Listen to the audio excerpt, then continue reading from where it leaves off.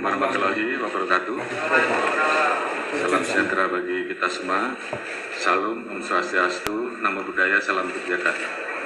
Yang saya hormati Bapak Wakapolri, Bapak Irwasem, dan seluruh tim sus, rekan-rekan media. Kita ikuti jalan. Baik, sore hari ini saya akan menyampaikan perkembangan baru terkait peristiwa tindak pidana yang terjadi di Duren 3. Dan ini juga merupakan komitmen kami dan juga menjadi penekanan Bapak Presiden untuk mengungkap kasus ini secara cepat, transparan, dan akuntabel. Dan tadi juga beliau perintahkan jangan ada yang ragu-ragu, jangan ada yang ditutup-tutupi, ungkap kebenaran apa adanya. Jangan sampai menurunkan kepercayaan masyarakat terhadap Polri. Jadi ini tentunya menjadi perintah dan amanat yang tentunya saat ini dan kemarin juga telah kita laksanakan. Tim sus telah melakukan pendalaman terhadap laporan awal tindak menembak antara Saudara J dan Saudara RE di Duren 3 yang ditangani oleh Polres Metro Jakarta Selatan, dan juga dilakukan pemeriksaan di Propampori dan juga Polda Metro, di mana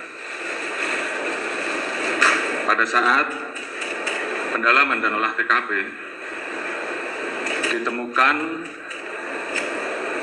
ada hal-hal yang menghambat proses penyidikan dan kejanggalan-kejanggalan yang juga kita dapatkan, seperti hilangnya CCTV dan hal-hal lain, sehingga muncul dugaan ada hal-hal yang ditutupi dan direkayasa. Oleh karena itu, dalam rangka membuat terang peristiwa yang terjadi, tim sus telah melakukan pendalaman dan ditemukan adanya upaya-upaya untuk menghilangkan barang bukti, merekayasa, menghalangi proses penyidikan, sehingga proses penanganannya menjadi lambat. Tindakan yang tidak profesional pada saat penanganan dan olah TKP, serta tindakan-tindakan tidak profesional lain pada saat penyerahan jenazah almarhum J di Jambi. Oleh karena itu, untuk membuat terang dan menghilangkan hambatan-hambatan penyidikan, beberapa waktu yang lalu kami telah mengambil keputusan penonaktifan Kapolres Metro Selatan, Karopaminal, Kadif Propampori, Karoprovos. Kemudian tim sus juga telah melakukan pemeriksaan terhadap pelanggaran kode etik profesi Polri ataupun tindakan untuk merusak, menghilangkan barang bukti, mengaburkan, dan merekayasa dengan melakukan mutasi ke Yanma Polri, dan saat ini semuanya dilakukan pemeriksaan.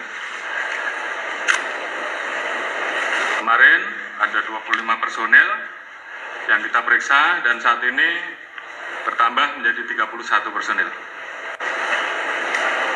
Kita juga telah melakukan penempatan khusus kepada 4 personel beberapa waktu yang lalu, dan saat ini bertambah menjadi 11 personel Polri, terdiri dari 1 bintang 2, 2 bintang 1, 2 kombes, 3 AKBP, 2 kompol, dan 1 AKP. Dan ini kemungkinan masih bisa bertambah.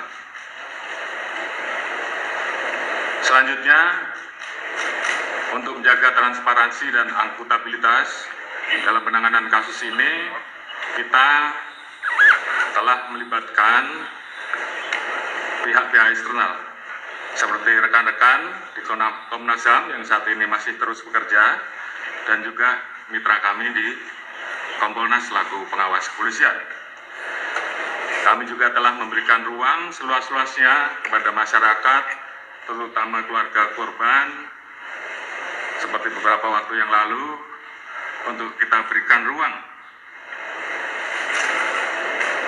otopsi ulang atau ekshumasi, dan juga melayani laporan polisi dari pihak korban. Dan tentunya ini adalah merupakan wujud transparansi yang kami lakukan.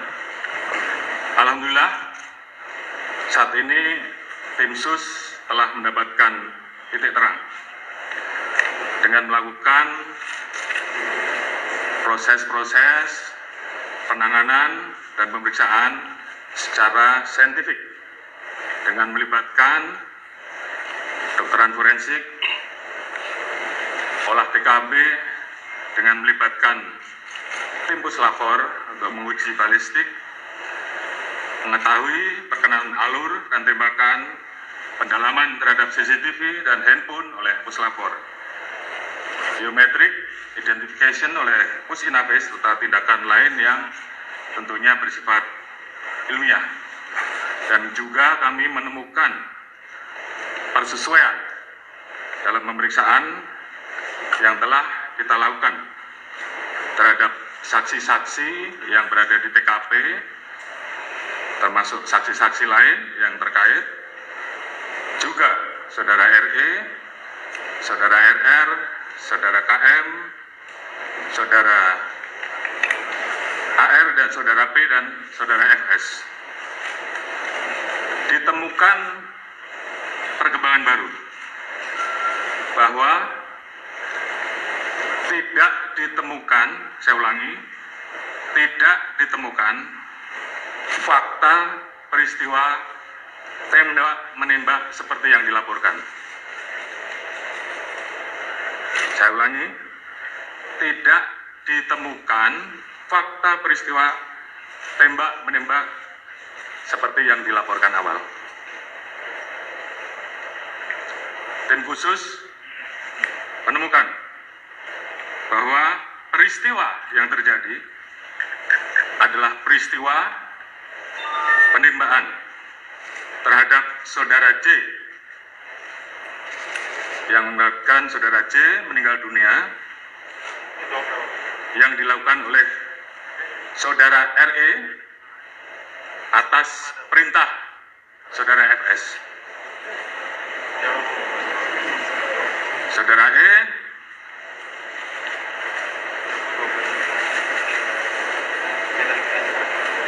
telah mengajukan GC, dan saat ini itu juga yang membuat peristiwa ini menjadi semakin terang. Kemudian, untuk membuat seolah-olah telah terjadi tembak-menembak, saudara FS melakukan penembakan dengan senjata milik saudara J ke dinding berkali-kali untuk membuat kesan seolah telah terjadi tembak-menembak.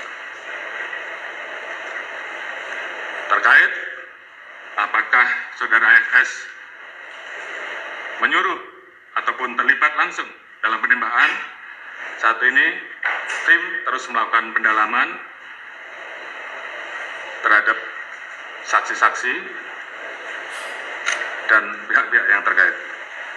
Kemarin kita telah tetapkan 3 orang tersangka, yaitu saudara RE, saudara RR, dan saudara KM. Tadi pagi dilaksanakan gelar perkara, dan tim SUS telah memutuskan untuk menetapkan Saudara FS sebagai tersangka. Bisa ulangi, tim SUS telah menetapkan Saudara FS sebagai tersangka. Terkait dengan pasal apa yang disangkakan dan proses penyidikannya nanti akan dijelaskan secara khusus oleh Pak Kabariskim selaku tim penyidik, dan juga beberapa hal yang memang akan dijelaskan oleh Pak Irwasum sebagai Ketua Tim SUS yang mengawali bagaimana proses ini menjadi terang benderang. Kemudian motif atau pemicu terjadinya peristiwa penembakan tersebut saat ini tentunya sedang dilakukan pemeriksaan dan pendalaman terhadap saksi-saksi, termasuk terhadap Ibu PC. Terkait dengan penanganan oleh tim Irsus, terkait dengan proses dugaan pelanggaran terhadap kode etik ataupun pelanggaran tindak pidana lain yang ditemukan selain peristiwa utama, nanti akan dijelaskan secara khusus oleh Pak Irwasum. Dan juga tentunya ada beberapa proses yang akan terus kami lakukan untuk melakukan audit. Mungkin selanjutnya saya serahkan kepada Pak Irwasum untuk